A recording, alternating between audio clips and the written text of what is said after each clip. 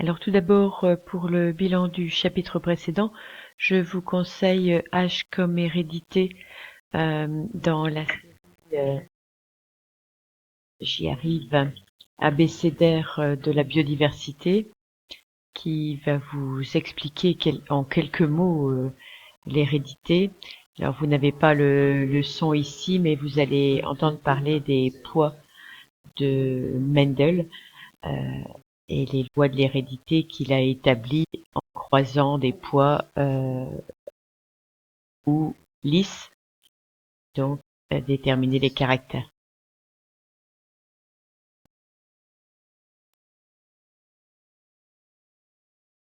Donc maintenant le chapitre 16, évolution de la biodiversité, qui correspond au chapitre 3 de votre livre. Et là, je vous invite à aller voir B comme biodiversité dans cette même série. Rappel des notions de seconde que je vous ai distribuées. Surtout pour la fin, la sélection naturelle et la dérive génétique peuvent conduire à l'apparition de nouvelles espèces. On va revoir ces deux éléments, non plus simplement en les citant, mais en les explicitant. Et donc répondre dans ce chapitre à la question comment la biodiversité se modifie au cours du temps. Et tout d'abord, l'environnement et la biodiversité en grand 1. Quelle est l'action de l'environnement? Alors on a ici des papillons qui s'appellent des phalènes du bouleau.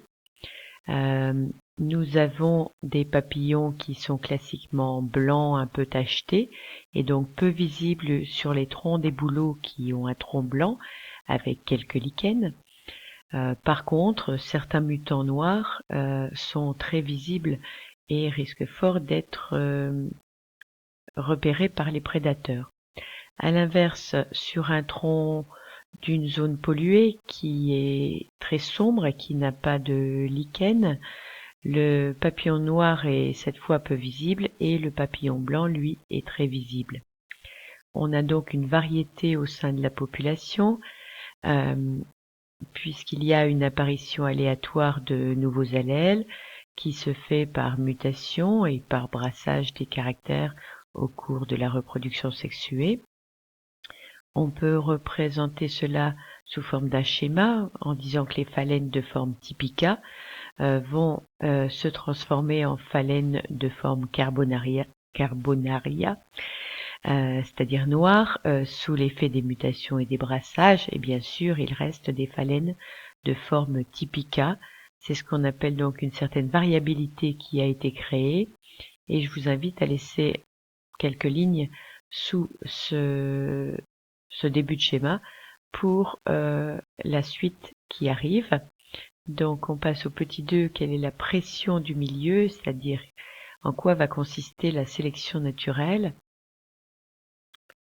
On va voir ici un autre épisode de l'abécédaire de la biodiversité qui va nous présenter ces phalènes justement.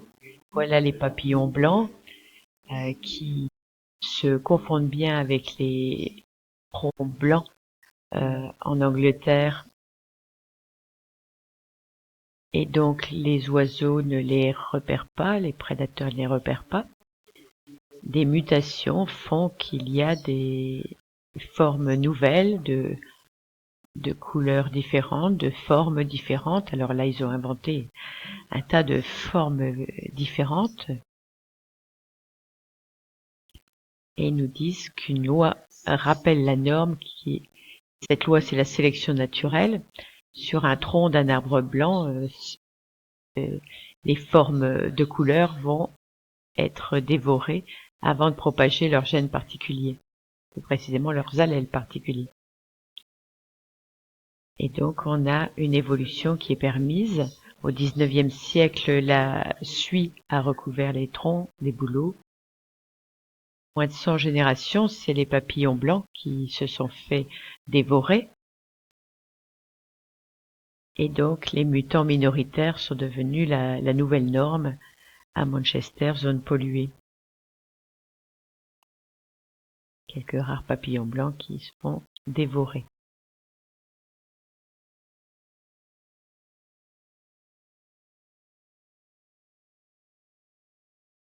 La sélection naturelle, moteur plus puissant de l'évolution. On a ici dans votre livre une carte en 1830 où on n'a que des formes claires et une carte en 1950 où on a une majorité de formes sombres, même jusque 100%, dans les régions fortement industrialisées comme Liverpool, Manchester, Birmingham, et un reste de formes blanches dans les régions plus préservées de la pollution. On a fait des expériences avec des lâchers de papillons et des mesures de recapture. On voit ici qu'en région industrielle, les formes sombres sont fortement recapturées. On peut donc dire qu'elles sont avantagées par cette mutation. Par contre, en région rurale non polluée, il y a plus de formes claires qui sont recapturées, mais quand même une proportion très faible, ce qui veut dire qu'ils ont été beaucoup mangés par les oiseaux. La deuxième expérience, c'est le pourcentage de phalènes mangées par les oiseaux, et donc on a un résultat bien sûr inverse du précédent. Et on a ici aussi l'avantage pour les populations, donc le cercle que j'ai représenté, et l'idée d'un animal qui est favorisé dans un milieu donné. C'est ça la sélection naturelle, c'est le fait de conserver les individus les mieux adaptés dans un milieu donné. Alors on peut constater ici, avec ce graphique, que la fréquence de la forme Carbonara, entre les fréquences observées qui descendent progressivement ici, et les fréquences attendues si seule la prédation influe, sont quand même nettement différentes. Et donc ça veut dire qu'il n'y a pas que ce facteur qui intervient, il y a également la présence de lichens sur les troncs d'arbres, etc. Et donc c'est pas monofactoriel l'évolution, ça comporte plusieurs facteurs. On a ici une autre expérience qui a été réalisée qui montre que quand des efforts de dépollution sont faits, eh bien il y a retour à l'initial, c'est-à-dire que le pourcentage de formes carbonaria, les formes noires, diminue au cours du temps. C'est-à-dire que l'évolution, ça n'est pas que vers un but donné, il n'y a pas de but à l'évolution, mais que c'est en fonction d'un milieu donné à un moment donné.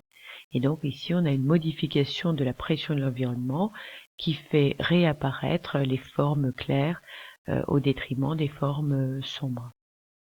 La définition de mon site concernant la sélection naturelle. Et donc, pour terminer le schéma de tout à l'heure, ces phalènes présentant une certaine variabilité sous la pression de sélection qui est ici le milieu pollué vont avoir une survie différentielle, c'est-à-dire que la phalène de forme Carbonaria va être avantagée par ce milieu pollué et donc va être sélectionnée. Et donc ce schéma représente la sélection naturelle dans le cas de la phalène du bouleau et aussi dans le cas d'un milieu pollué. On pourrait faire un autre schéma en milieu non pollué. On peut donc dire que sous l'effet de la pression du milieu, qui est ici, ou pression de sélection, de la concurrence entre les êtres vivants, et aussi du hasard, qui est la source des mutations et des brassages, la diversification des populations change au cours des générations. Quels sont les facteurs d'évolution des populations? On peut ici voir un film, un fragment de C'est pas sorcier concernant l'évolution. Et vous pouvez ici commencer par regarder le début de l'émission avec l'évolution et les idées de Lamarck concernant l'évolution.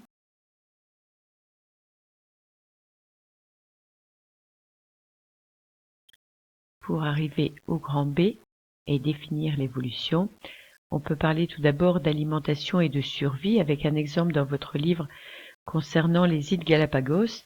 Les îles Galapagos ont été un des grands sujets d'étude d'un grand théoricien de l'évolution qui est Charles Darwin, et donc vous pouvez poursuivre votre visionnage du pas sorcier en voyant notamment travaux ici aux îles Galapagos, mais aussi le livre qu'il a écrit, la représentation, l'étude des pinsons que vous allez voir dans l'exemple du livre, la forme de leur bec différente.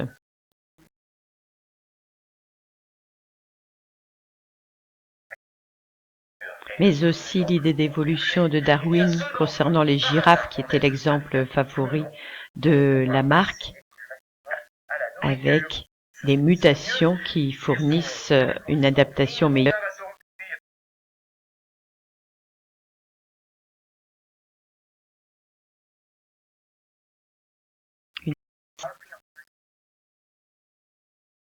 Une idée qui a été remise en cause très vite, notamment par les créationnistes.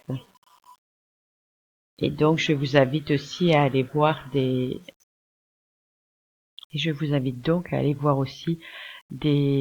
documentaires contre le créationnisme. Alors, cette expérience dans votre livre concerne donc des pinsons à bec moyen qui ont subi en 1977 une sécheresse qui se caractérise par une forte diminution de l'abondance des graines et en parallèle des graines beaucoup plus dures. Et donc la conséquence est que les pinsons à bec haut ont été avantagés par ce facteur du milieu. Bien sûr, la population a vu son nombre diminuer, mais ces pinsons à bec plus costauds ont été avantagés.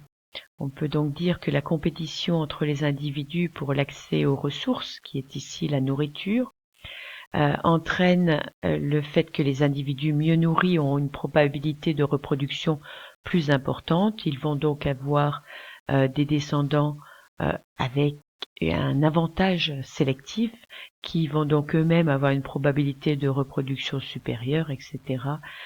Pour les suivantes. La reproduction et la survie, ce joli oiseau avec une très longue queue, des très longues plumes, on lui a fait subir quelquefois, on lui a coupé les plumes de sa queue. Alors on constate qu'il y a des résultats qui sont très souvent plus faibles quand il s'est passé quelque chose, même pour le témoin non manipulé, donc ça semble un peu étrange. Alors est-ce qu'on est quand même à aller l'embêter et c'est pour ça qu'il va moins au nid?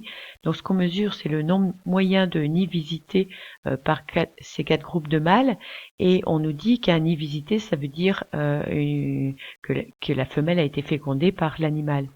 Et donc on voit bien que quand la queue est raccourcie, on a beaucoup moins de visites de nid, donc il y a eu beaucoup moins d'accouplement. Quand la queue a été coupée puis recollée, ça marche plus non plus. Je sais pas, il se fait peut-être plus confiance, il perd de son estime. Et par contre, quand sa queue est allongée, alors là, on voit qu'il y a une beaucoup plus forte répercussion. Donc là aussi, il y a compétition, cette fois pour la séduction, et notamment les parades nuptiales qui accompagnent chez beaucoup d'oiseaux la reproduction, probabilité de reproduction plus élevée, des descendants avantagés. Hasard et évolution. Je vous renvoie vers ce logiciel concernant la loterie de l'hérédité que l'on a vu en seconde, mais aussi un autre logiciel, dérive génétique, qui va un petit peu plus loin pour la terminale. Vous verrez ça en AP, et ce document de votre livre qui montre que le hasard est mis en jeu à plusieurs moments. Les erreurs aléatoires de réplication entraînent des mutations, les brassages sont aléatoires, et ici, les séquences d'ADN qui sont présentées là ne sont pas soumises à une pression de sélection puisqu'il s'agit de la couleur des yeux de la drosophile, qui ne fait pas qu'ils sont plus ou moins favorisés. Et donc, il y a ici simplement ce qu'on appelle une dérive génétique. Je vous mets ici la définition de mon site et la notion qui conclut ce grand 1. Merci de votre attention.